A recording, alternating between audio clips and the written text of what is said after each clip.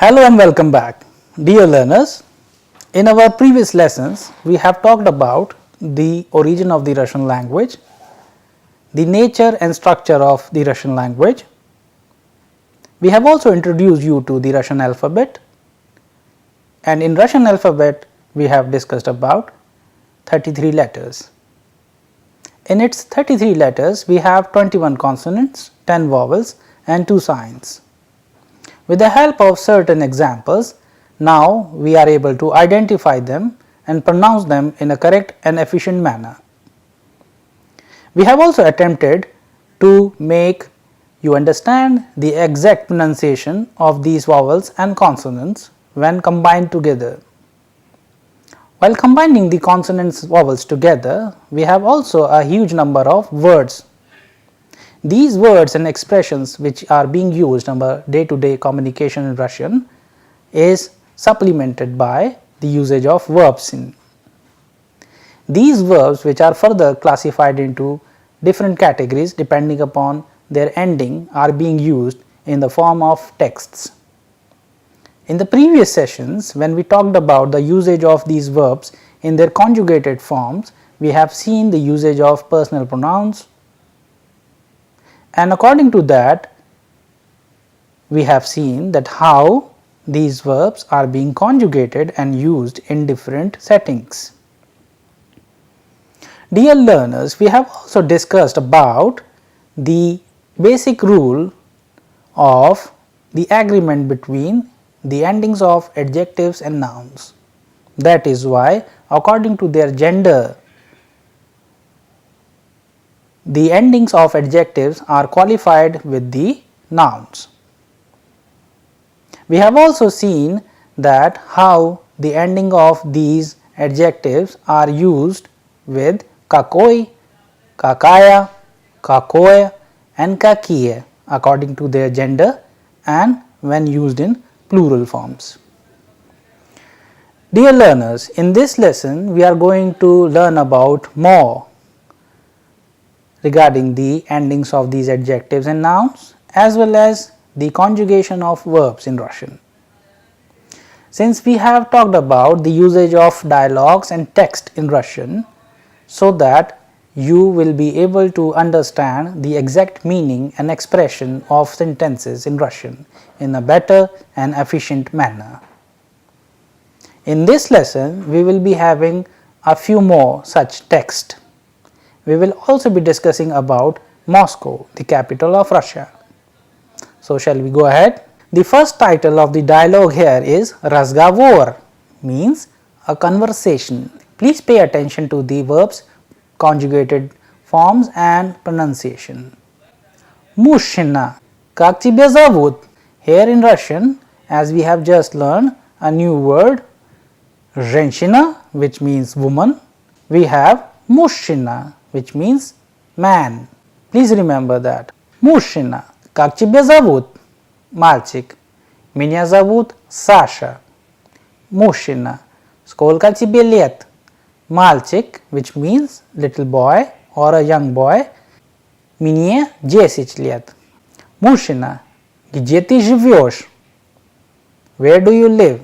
As we have used the verb жить in a conjugated form for ты. Где, where, ты живешь, where do you live? Мальчик, я живу недалеко, около метро, а дядя, где вы живете?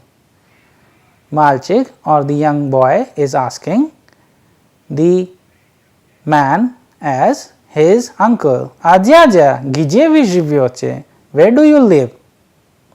While answering to his question, we have used here for мальчик, я живу недалеко около метро. I live not very far near to the metro. The last sentence. Мужчина, я живу далеко. The man replies, I live very far. So here if we pay attention to the usage of words, for example like сколько тебе лет? How old are you? The мальчик is answering, мне 10 лет, I am 10 years old. Accordingly, a verb жить has been used in a conjugated form and the reply we have received in the form of я.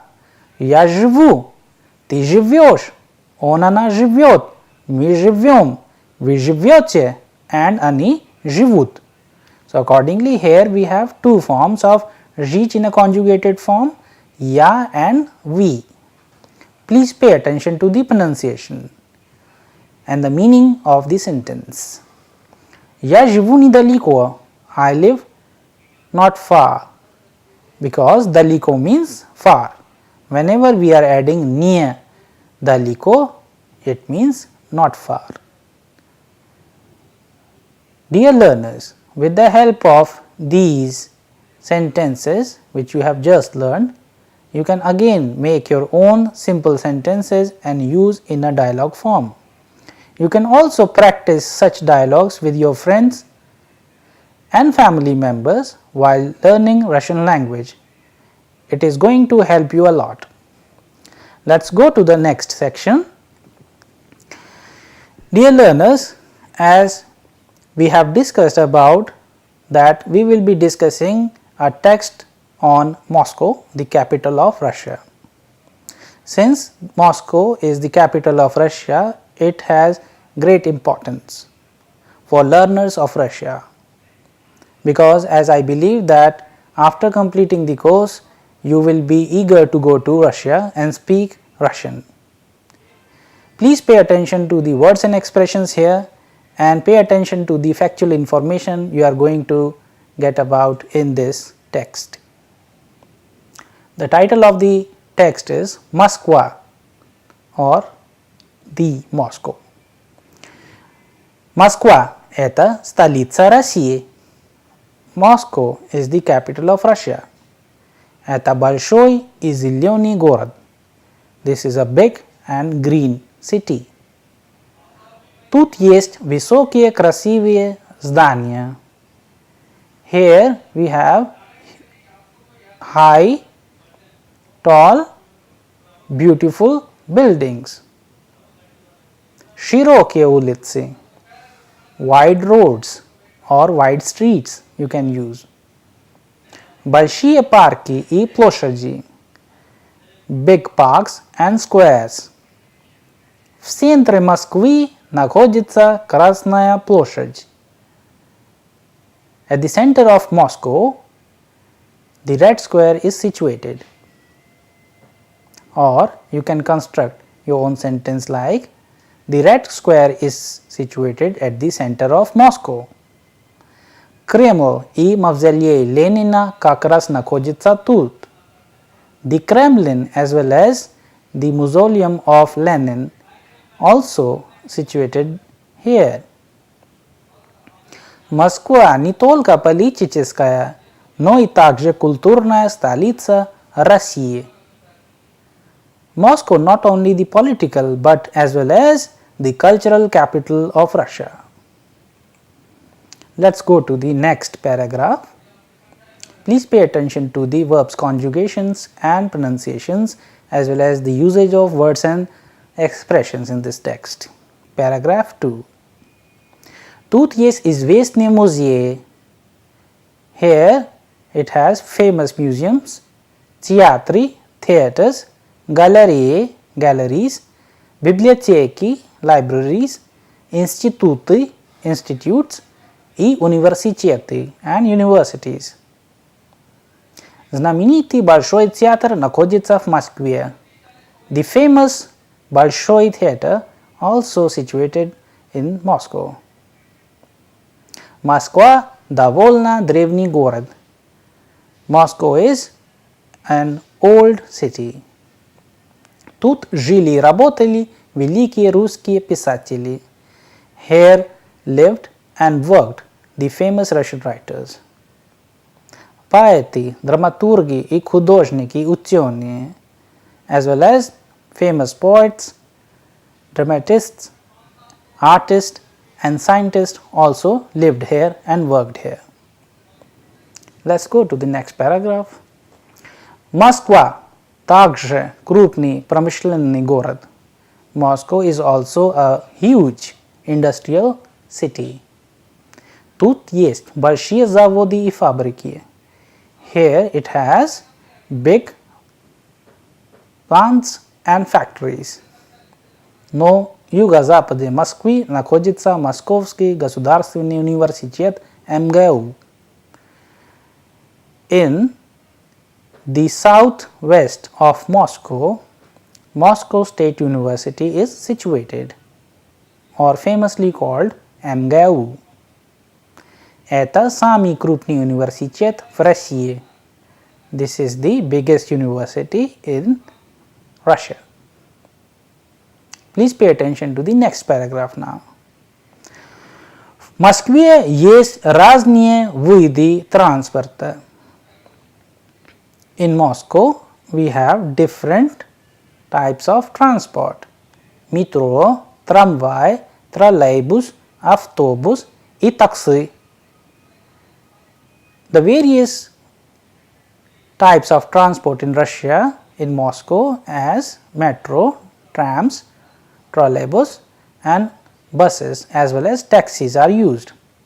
Однако самый популярный удобный вид это метро, и that is why the most comfortable and popular transport is metro. Москва очень современный город. Moscow is a very modern city. Тут можно увидеть большие универмаги, рестораны и новые иностранные машины. Here you can see very big supermarkets, restaurants as well as international cars. Москвичи очень любят свой город. Moscovites love their city very much. Dear learners, if we pay attention to the text again, you can see that here in this text we have several words and expression which are being used in the earlier lessons as well. Please pay attention to such verbs which are being used in this text. Let's go to the first paragraph. Here in this text we have verbs like находится means to be situated. We have other verbs in the second phrase as жить and работать. Like in the sentence we have used тут жили и работали великие русские писатели. If we pay attention to the construction of sentences here, we have used the verbs жить and работать in their past form. Like in any other language, in Russian as well, we have past forms, present forms and future forms of verbs. We will be discussing more about the usage of these verbs in Russian in a dedicated lessons. We will talk about tenses. If we will see the next paragraph, we have more such verbs used in this text. Here you can see that how these verbs are being used. For example, in the last paragraph we have тут можно увидеть большие универмаги, рестораны и новые иностранные машины. Here we have used the verb увидеть, means you can see. To see completely, it is a perfective verb which we have used here. Видеть, увидеть. Then in the last line we have used the verb любить in a form of они, in a plural form. That is why we have used sentence москвичи очень любят свой город. Accordingly, dear learners, you can look at the several words and expressions which are being used here, like столица России. Stolitsa means capital, and whenever we are saying Stolitsa России, the capital of, then we are actually talking about the genitive case. For example, if I am saying Stolitsa Delhi, Stolitsa Inji это Delhi, we can use in this correct manner. Accordingly, for any country you can use such expression. For example, Stolitsa Inji это Дели. Столица России – это Москва. Likewise. Then we have several other verbs like words большой, which means big, зеленый, which means green, высокий, which means tall, красивый, which means beautiful, широкий, which means wide, and such other words and expressions which are being used, such as mavzolei, which means mausoleum, and a famous personality in Russia, as we all know, Lenin. That is why we have included this sentence in this text as в центре Москвы находится Красная площадь, Кремль и мавзолей Ленина как раз находится тут. So that is why, since it is a factual information as well as about the capital of Russia, Moscow, you can imagine all these places while learning about this text. We have also used several other such words in this text, such as политические. For столица, it has been changed into политическая столица России. Это Москва. Political. Политический. Political. Культурный. Cultural. Since we have used the noun столица, that is why it has changed into культурная and политическая. These are the two adjectives we have used with столица. If we look at the next paragraph, we have again such words and expressions here. For example, известные музеи. Here we have used in plural, that is why известные музеи. In a singular form, it is известный, which means famous. Музей means museum. Theatre means theatre. Галерея means gallery. Библиотека means library. Institute means institute, and университет means university. Then you can also see that several other such words and expressions are also being used in this paragraph, like знаменитый, which is also famous or known. Большой театр, the Bolshoi theatre, which is famous for its opera and ballet. Then we have довольно, which means it is an expression in Russian which is used to define the animosity in Russian. Moskva довольно древний город is literally an ancient city. Then we have verbs жить и работать in past forms, as we have already discussed. Then to next we have used words like великие русские писатели in plural forms.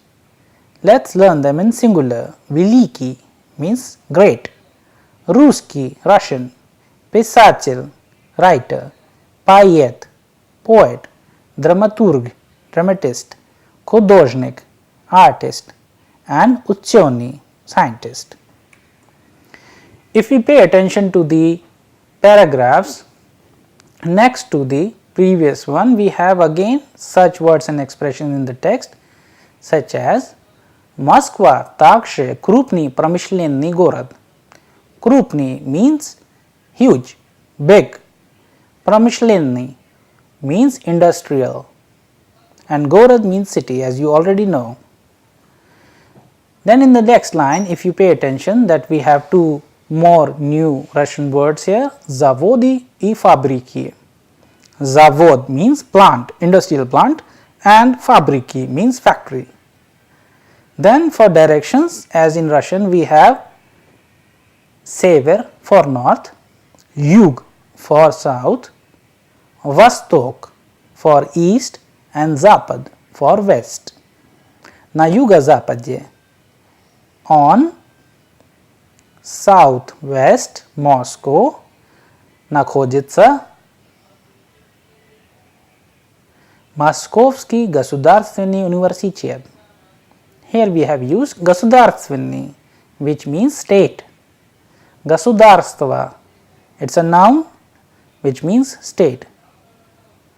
Again, you can also use all these expressions in your own sentences. Let us go to the next line. Это самый крупный университет в России. As we have already used крупный before, here it signifies that it is the largest university in Russia. Let us go to the next passage. Here we have also used again new words and expressions like в Москве есть разные виды транспорта. Here is разные, as we already know that it means different. Виды is from the vid means type. Transporta, transport as we used in Russian means transport, where metro, trams, trolleybus, bus and taxi are used together. That is why for metro we have metro, for trams we have tramvai, for trolley we have trolleybus, for bus we have avtobus, and for taxi we use taxi in Russian. We have more such expressions in this text such as popularny, which means popular, and udobny, which means comfortable. Vid transporta means the type of or the mode of transport being used in Moscow. Let us go to the last paragraph here. Here we have again used such expressions like Savremenny город. Savremenny means the contemporary as well as modern. So, you can use contemporary city or a modern city for Moscow. Here you can also see that here we have used words like univermagi, restorani, и новые иностранные машины. Here we have univermag. This is from the Universalny magazine. This is an abbreviation. When they are joined together, we have new word for it, univermag, and in plural they are called univermagi, which means the supermarkets. Restaurant, as we call in Russian, means restaurant, and in plural it is called restorane. And for new we have novie, as we know already. For foreign or for multinational we use иностранные, иностранные машины, foreign made cars or imported cars, as you can use in your own terms. Then at the last line we have Moskvичи. For people of Moscow we have Moscovite in English. The equivalent term in Russian is Moskvich. The plural of Moskvich is Moskvichi. Moskvich, Moskvich. These kind of words you need to remember always, and you must learn them by heart so that you can use these popular words and expressions as well as these verbs in your own daily communication when you are situated into a Russian speaking environment. As we have been trying that how these words and expressions and verbs in their conjugated forms, that is why this unique style of teaching has been developed, so that through these texts you can remember the usage of these words and expressions, as well as you will always enjoy learning Russian in this more accurate and efficient manner. Dear learners, as we have learned about Moscow in a very detailed manner, it is advised that you go through the text and write down all these new words and expressions and verbs in their conjugated forms, and you can also use these new words and expressions as well as all the existing words and expressions which you have learned in the previous lessons and make your own text. It would be a very fruitful exercise as well as a very interesting task which you can do at home. Dear learners, if we talk about such other expressions like здравствуйте, здравствуй, пожалуйста, сколько вам лет, сколько тебе лет, мне 10 лет, так далее, means etc. and such other expressions which we have just learned, you can make a simple dialogue by your own. Dear learners, with the help of these dialogues, is inquires about many things. That is why you can also learn and work upon such expressions with the help of your friends and family members, because it is going to help you a lot in the same fashion.